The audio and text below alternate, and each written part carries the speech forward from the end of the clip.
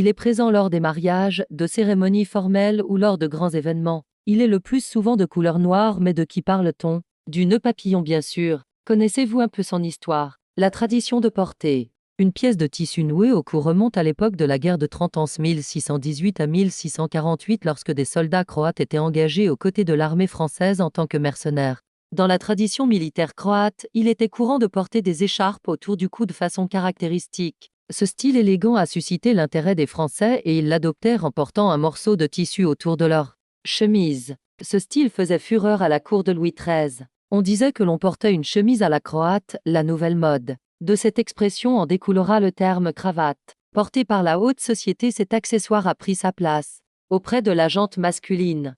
Cette mode a été adoptée par les Français de classe supérieure au XVIIIe siècle. Sur cette toile de Maximilien de Robespierre, on peut voir une écharpe blanche attachée à nœud papillon. En 1886, Pierre Lorillard, descendant d'un immigré français aux États-Unis, aurait modifié la forme de l'homme habit de queue de pied en créant le smoking tel qu'il est toujours porté de nos jours. Mais nullement satisfait de la silhouette obtenue, il aurait décidé d'y ajouter un accessoire nouveau qui tire son inspiration de la cravate, le nœud papillon.